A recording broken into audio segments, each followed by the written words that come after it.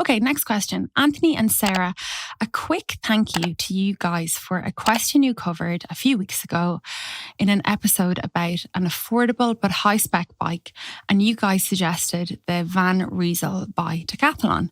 I managed to get one on pre-order. I couldn't believe my luck, Tim. Congratulations, Tim, because they are like gold dust. They sold out so they went up on sale on the UK website at, I think, 10 a.m.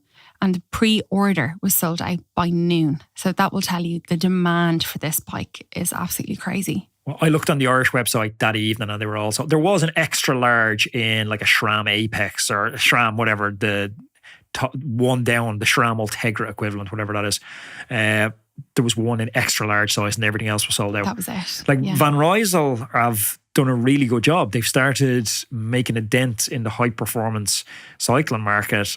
I think that Van Rysel is a protest from consumers saying, no, 15 grand bikes, no, we're done. Hey Roadman, excuse the short interruption. I love riding the bike, but on account of being so busy with the podcast at the moment, I'm now what's called a time crunched rider. I never thought I'd see the day.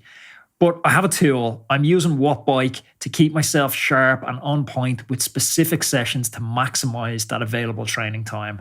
I have a Wattbike Atom right here in the recording studio beside me, and when I have an hour in between interviews, I jump on. It's removing all the friction points for me. There's no more 10-minute setup, unfolding legs, banging my knees off stuff, getting my hands dirty, the usual connection issues.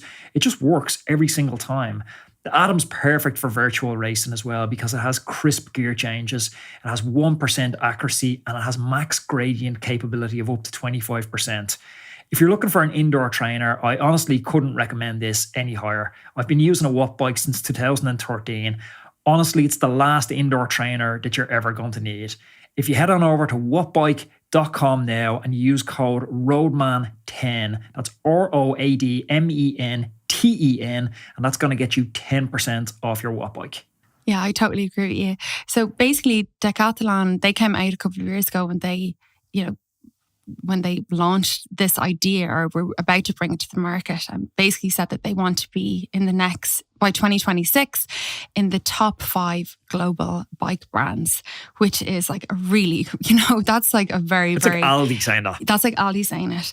And then when they went in and when AG2R started riding the Decathlon bikes, I think everyone was just a bit like, oh my God, this is completely against the status quo of these insanely priced high-end bikes. They've done something really, really kind of cute, I think, as well. And they've called it basically an absolute replica of the bikes that they're using on the team. And so they've kitted the ones that have gone to market out exactly the same. The only difference is apparently that the ones that you will buy from the store or online are slightly heavier. And I think that that's been a really interesting marketing tactic, that you can ride the exact bike, and the Decathlon bike has actually already tasted victory in 9 races. So, is there any more kind of marketing, kudos for a bike? So I'm not surprised that it's sold out. £9,000 or €9,000. Well, you can ride the bike the Quick Step use. It's maybe just they've drawn attention to it. I think it's just that they've drawn the attention to it. I think it's just been a very interesting kind of marketing, especially for people who don't really know about... Yeah, because every bike brand's top of the line is the one that's used. Like Israel Premier Tech's bike is as a newbie coming in, factor. I'm like, okay, is that Di2 or what's SRAM? What's Shimano? What's this? Yeah. Whereas like they have literally put this in black and white. This is a replica of what they're riding in the AG2R team. Yeah, because you actually don't know when you get started with, like, we think that everyone knows what it means to have a Dura Ace with Di2, when that's very exclusionary vocabulary and no one can make...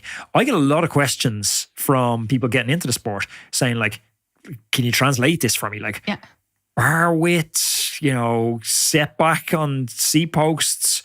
Like, people don't understand this. Even crank lengths. This is stuff that, I've just my whole life understood what they are. Still don't know what a bottom bracket is. I still don't know what a tracker mortgage is.